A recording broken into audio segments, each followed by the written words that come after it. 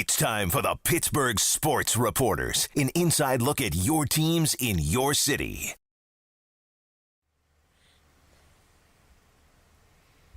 Welcome to the Pittsburgh Sports Reporters. It's Tuesday, May 28th. I'm David Todd of 970 ESPN, and I'm joined by Stan Savran, also of 970 ESPN, and you can see him on Root Sports doing Penguins and Pirates games, and of course Tim Benz of the X Morning Show and the Steeler Radio Network.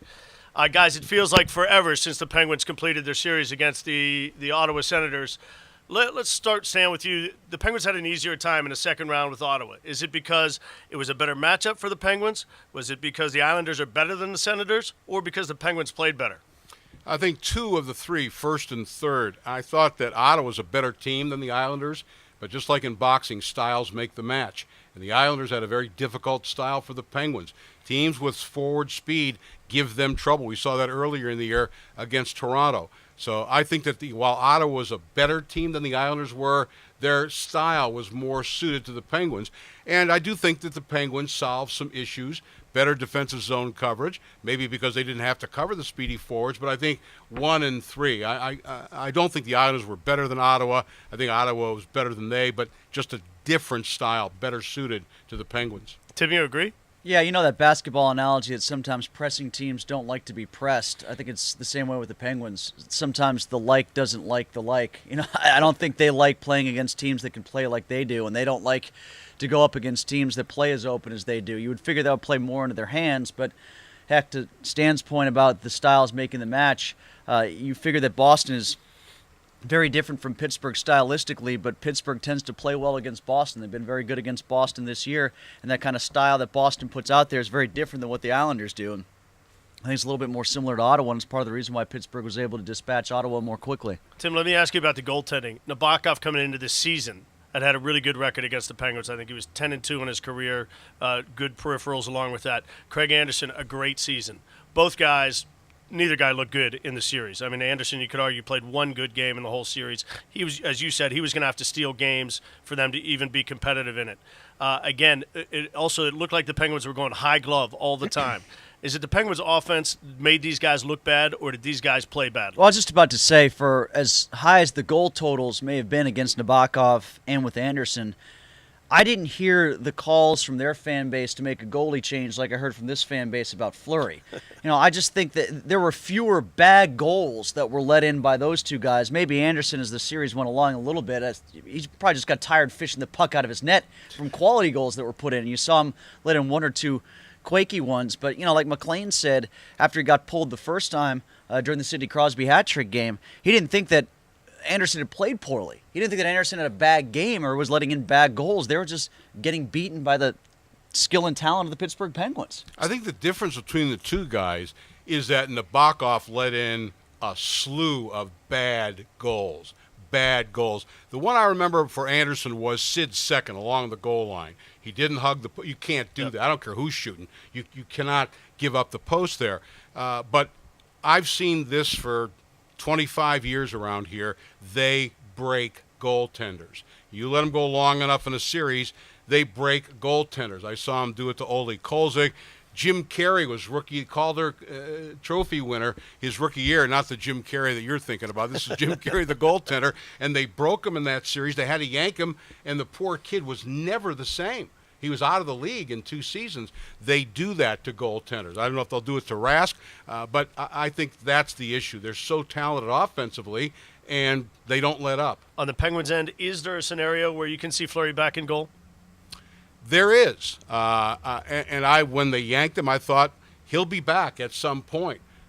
But right now, no. I mean, I would think it would take Vaucoun 2 bad games in a row, or and one or the other resulting in a Penguin loss, or if they get behind in the series and it's a result of Vaucoun playing badly. If let's say it's tied 1-1 and Vaucoun plays a poor game and they're down 2-1 on Boston ice, I think he might make the move there. I just got done saying the same thing on Penguins Radio with Mike Pursuta, who also is a panelist here on the Pittsburgh Sports Hub.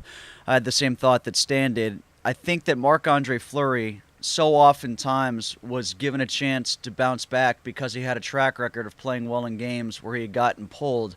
I think at this point, Tomas Vokoun would be afforded the same opportunity that if he had a bad game, they'd give him a chance to bounce back. And if he didn't, and they find themselves down 3-1 or 2-0, then they would go to Fleury. Yeah, I agree. I was an advocate of having Fleury start this second series because if he's your number one goalie, that was a clean slate, a clean opportunity. But I don't think he can make the change now. I'm with you. It's got to be consecutive bad games for any reason to get back to him. Tim, in the NHL's infinite wisdom, it looks like the Penguins are going to have 8 days off, Boston 7. The impact, if any? I don't think it's going to have much of an impact because basically the Bruins are going through the same thing. They're taking almost as many days off as the Penguins are since they vanquished the Islanders. And on top of that, I feel like both teams had a fair amount of momentum. Yeah, obviously Boston had lost that fourth game and prevented them from sweeping, but they bounced right back and won. So I don't know. I don't feel like either team is going to have a momentum advantage or disadvantage by this because I think both of them had built similar amounts of momentum and both of them came crashing to a halt by this long delay. Well, I agree. There's no advantage, but I don't think it's good for the league. I understand that TV dictates they've got to have a Saturday night game for the CBC, Hockey Night in Canada, if for no other reason than that.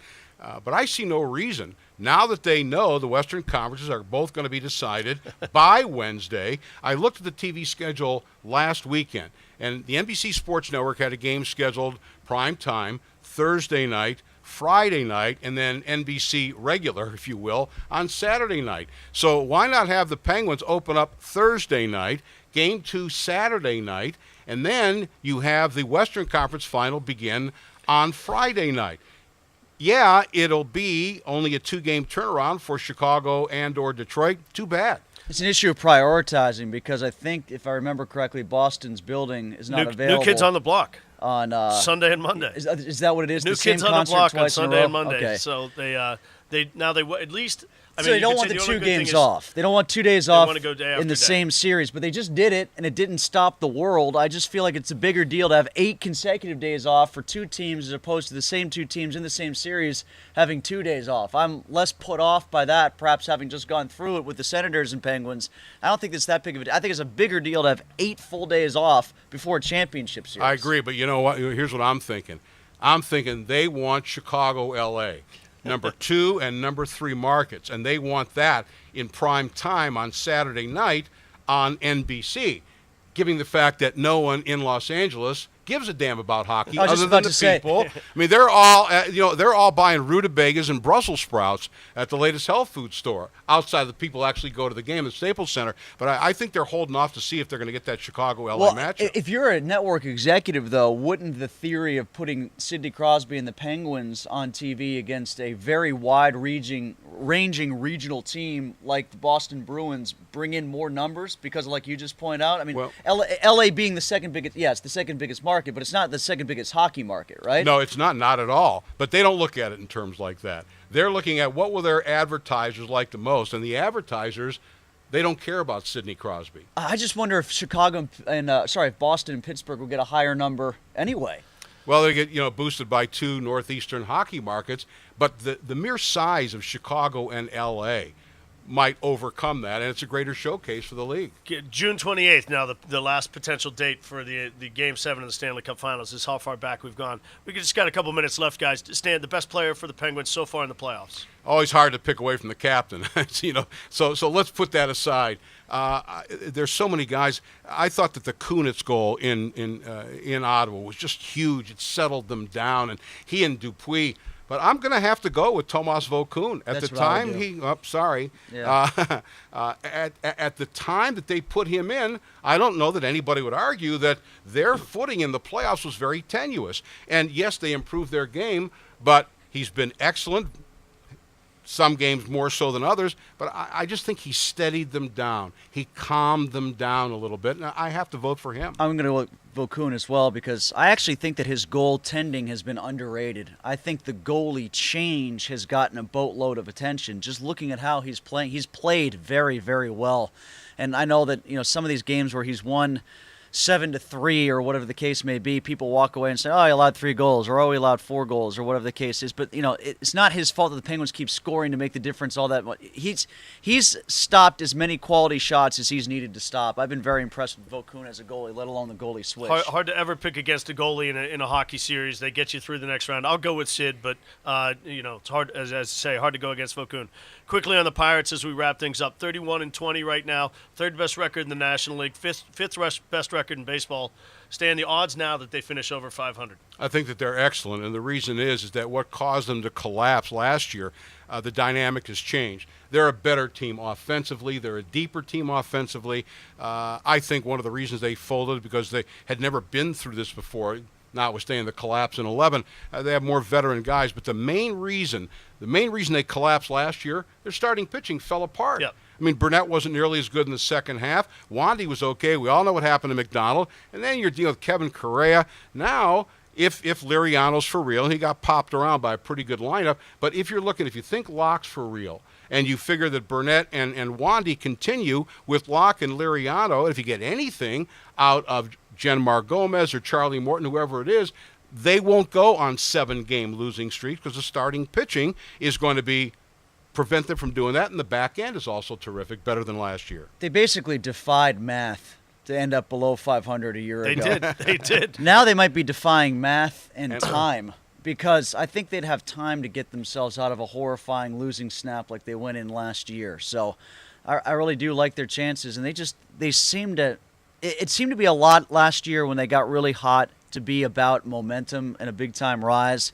But I just see this as a more balanced team, and they've done a lot of this winning without a lot of their hitters really getting hot yet. Garrett Jones and Andrew McCutcheon and Neil Walker always get hot in June. It's not June yet. Like, they haven't really heated up at the plate yet, and I can see them winning a lot more games once they win some strictly with the bats. That's going to wrap things up for us today, Tuesday, May 28th on the Pittsburgh Sports Reporters. Tim Benz, Stan Savran, David Todd. Hopefully when we're back with you next Monday, we'll have a hockey game or two to talk about.